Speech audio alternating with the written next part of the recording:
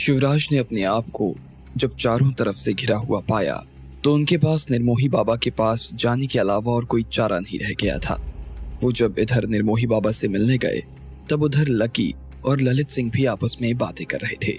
ललित सिंह के हिसाब से लकी ने पुखराज को गिरफ्तार करवा कर ठीक नहीं किया था, लेकिन लकी को उसकी बात समझ में नहीं आ रही थी। उधर शिवराज से निर्मोही बाबा ने साफ कह दिया था कि लकी घर आना चाहिए, लेकिन उस पनौती का भी निवारण हो जाना चाहिए। फिर निर्मला की भी सहमति देने की वजह से शिवराज ने लकी को घर लाने की पूरी तैयारी कर ली। वो रात में ही काशीनाथ के साथ अपने बंगले से बाहर आए और सीधा अभिलाषा के घर की तरफ बढ़ने लगे। थोड़ी देर बाद वो अभिलाषा के घर के बाहर पहुंच गए और घंटी बजाई। पापा, आप इतनी रात को? दशरथ ने जब दरवाजा खोला और सामने शिवराज को देखा तो वो हैरान हो गया।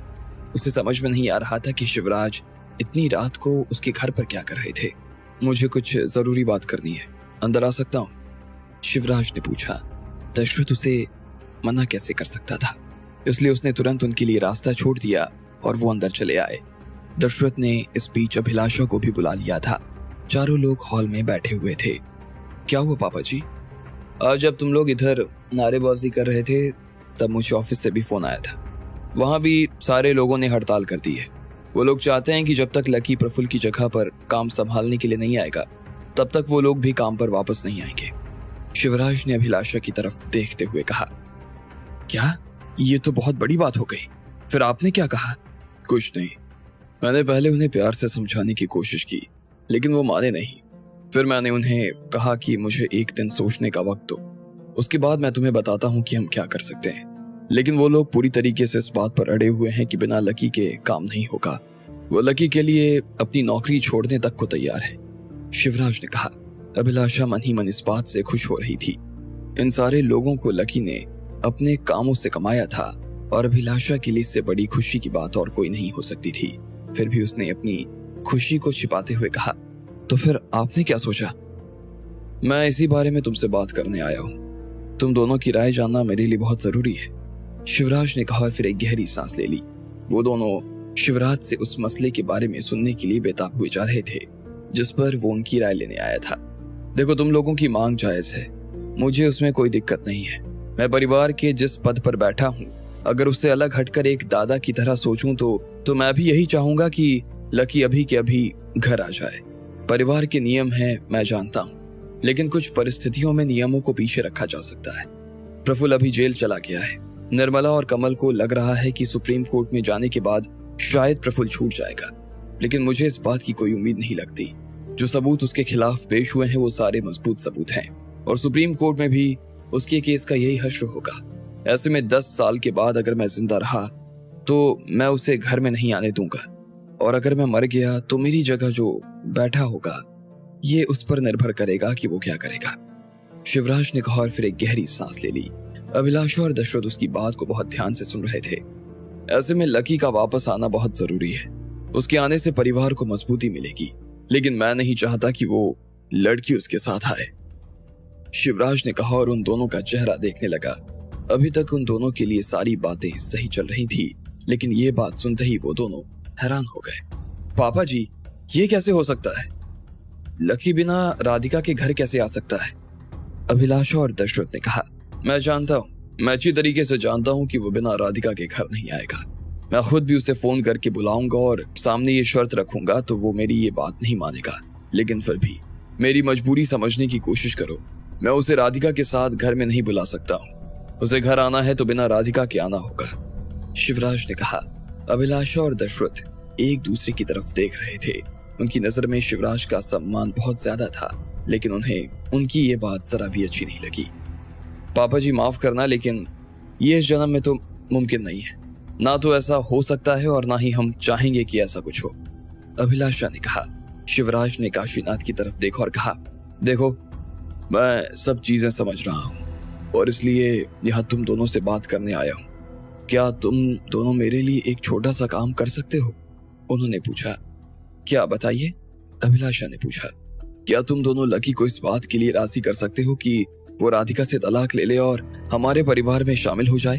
बदले में वो जो चाहेगा मैं उसे वो सब ला कर देने के लिए तैयार हूँ, शिवराज ने अभिलाषा के सामने हाथ जोड़ते हुए कहा। अभिलाषा के तो ये सुनकर होश ही उठ गए और वो दशरथ की तरफ देखने लगी। उसकी आंखें बड़ी बड़ी हो गई थी और दिल की धड़कन तेज। शिवराज उसे जो हकीकत में करने के लिए कह रहे थे उसके बारे में वो कभी सपने में भी नहीं सोच सकती थी। उसने नाम में सिर हिलाते हुए कहा, पापा जी मुझे माफ करना, लेकिन मैं ये काम नहीं कर सकती हूँ और ना ही मैं ये दशरथ को करने दूंगी। लकी मेरा बेटा है, मैं राधिका को अच्छी तरीके से जानती हूँ। मैं अपने बेटे को अपनी बहू से अलग कैसे कर सकती हूँ पापा? अगर ये होना होता तो कब का हो चुका होता। आप पहाड़ को उंगली से तोड़ने की बात कर रहे हैं। मैं जानता हूँ कि मैं तुमसे जो मांग रहा हूँ वो बहुत बड़ी चीज है, लेकिन मेरा यकीन करो, तुम दोनों के अलावा और कोई तीसरा नहीं है जो इस काम को कर सकता है। और मैं तुमसे ये सब इसलिए कह रहा हूँ क्योंकि परिवार की भलाई इसी में है। मेरा नाम शिवराज है। दशरथ मुझे अच्छी तरीके से जानता है। मैं अपने हाथ भगवान और मेरे पूर्वजों के अलावा किसी के सामने नहीं जोड़ता। आज अगर मैं तुम्हारे सामने हाथ जोड़ रहा हूँ तो मेरी कुछ मजबूरी होगी ना? शिवराज ने कहा। उनकी आवाज रुआसी हो गई थी। पापा जी, आपको मेरे सामने हाथ जोड़ने की जरूरत नहीं है। अगर ये काम हो पाता तो मैं आपके बिना कहे ही से कर देता, लेकिन ये सच में उंगली से पहाड़ तोड़ने जैसा है। आप जानते हैं लकी और राधिका एक दूसरे से कितना प्यार करते हैं। वो अपनी इतनी अच्छी जिंदगी छोड़कर उसके साथ सिर्फ इसलिए जी रही है क्योंकि वो एक दूसरे के बिना नहीं रह सकते। ये नहीं हो पाएगा पापा जी, दशरथ ने कहा। शिवराज अपने आप को हारा हुआ महसूस कर रहे थे। उन्होंने अपना सिर नीचे झुकाया और एक गहरी सांस ली। उसके बाद उन्होंने अपने बाल ठीक किए और फिर कहा, देखो ये तो तुम्हें करना पड़ेगा। परिवार की भलाई इसी में है और तुम भी परिवार के सदस्य हो। ये तुम्हें करना पड़ेगा। ऐसी क्या भलाई है इसमें पापा? दो लोगों को अलग करने में हमारे परिवार का क्या भला हो जाएगा? जरा समझा सकते हैं आप? क्यों आप राधिका को लकी से अलग करना चाहते हो? अभिलाषा ने कड़े सुर में पूछ लिया। शिवराज ने उसकी तरफ देखा और फिर कहा, वो मैं तुम्हें नहीं बता सकता। तो ठीक है, हम आज ही ये बंगला खाली कर देते हैं, परिवार छोड़कर चले जाते हैं, लेकिन माफ करना, ये काम हम दोनों नहीं कर पाएंगे, अभिलाषा ने कहा। अभिलाषा देखो, जिद मत करो। मैं जो कह रहा हूं उसे समझने की कोशिश करो। वो लड़की हमारे परिवार में शामिल नहीं हो सकती। तुम्हें क्या लगता है मैं लकी का घर बसता हुआ नहीं देखना चाहता? मैं उसके लिए एक से बढ़कर एक लड़की लाकर खड़ी कर देना चाहता हूँ। लकी को कभी राधिका की कमी महसूस हो जाए तो मेरा नाम बदल देना। खुद मेरे लिए भी अपने पोते का दिल दुखाना बहुत मुश्किल है, लेकिन फिर भी मुझे करना पड़ रहा है, अपने परिवार के लिए बस। शिवराज ने कहा, क्यों नहीं आ सकती वो लड़की हमारे घर में? क्योंकि वो पृथ्वीराज जी की नातिन है और पृथ्वीराज और आप में बिल्कुल नहीं बनती। आप दोनों एक दूसरे के दुश्मन हो। लेकिन पापा जी, आपको पता नहीं है, जब आपने लकी को घर से निकाला था तब पृथ्वीराज जी ने ही उसे सहारा दिया। उन्होंने तो कभी लकी को राधिका से अलग करने की बात तक नहीं कही। फिर आप ऐसा क्यों सोच रहे हो? अभिलाषा ने पूछा। नहीं, बात सिर्फ पृथ्वीराज की नहीं है। अगर बात सिर्फ इतनी सी होती तो मैं कब का उससे निपट चुका होता, लेकिन बात कुछ और है, शिवराज ने कहा। हाँ तो कहिए ना, क्या बात है? बिना सुने हम आगे नहीं बढ़ने वाले हैं, दशरथ ने कहा। शिवराज को अपने ही बेटे का इस तरह से मुंह पर बात करना अच्छा तो नहीं लगा, लेकिन इस वक्त वो दशरथ से बहस नहीं कर सकते थे। वो जानते थे कि अगर ये काम कोई कर सकता था तो सिर्फ यही दोनों थे, इसलिए वो इन दोनों को नाराज नहीं करना चाहते थे। लेकिन असली कारण क्या था वो बताने की भी शिवराज की हिम्मत नहीं हो रही थी। उन्हें समझ में नहीं आ रहा था कि आखिर वो किस मुंह से कहें कि राधिका पनौती है, कि नरेमोही बाबा ने उसे घर से दूर रखने के लिए कहा है। जब शिवराज का चेहरा दुविधा से भर उठा और उनसे कुछ भी कहते नहीं बना तो इतने में काशीनाथ ने बीच में आते हुए कहा, साहब आप नहीं बता पा रहे हैं तो मुझे कहो, मैं बता देता हूँ। कम से कम इन लोगों को अंधेरे में तो मत रखो। ये सुनते ही अभिलाषा और दशरथ हैरान हो गए। खुद शिवराज के भी कान खड़े हो गए थे। वो ऐसे जगह आकर खड़े हो गए थे जहां एक तरफ कुआं था तो दूसरी तरफ खाई। अब बचने का उन्हें कोई रास्ता नजर नहीं आ रहा था। ऐसे में उन्होंने काशीनाथ की तरफ देखा और कहा, चलो यहां से। और वो अपनी जगह से खड़े हो गए। पापा आप कहां?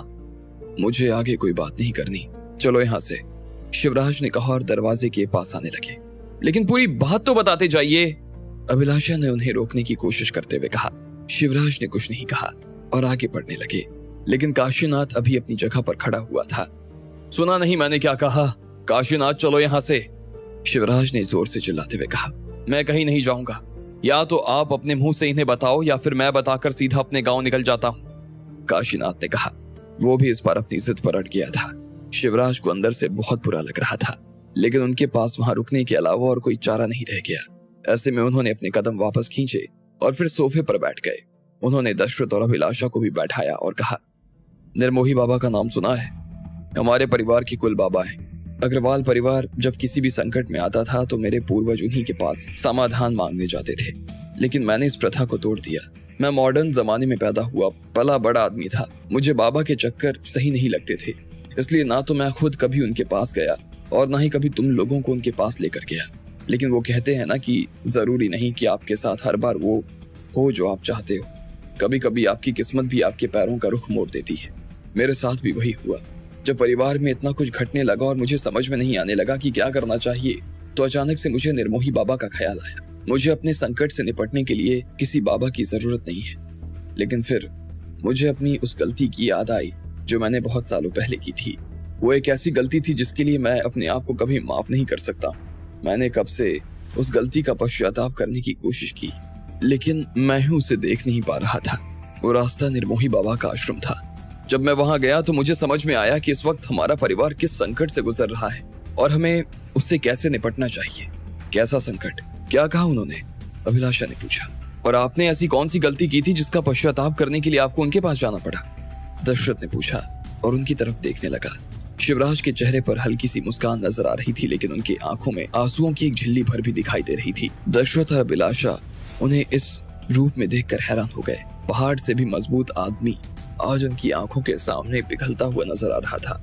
उनकी बेचैनी बढ़ती जा रही थी। वो शिवराज का मुंह खुलने का इंतजार कर रहे थे।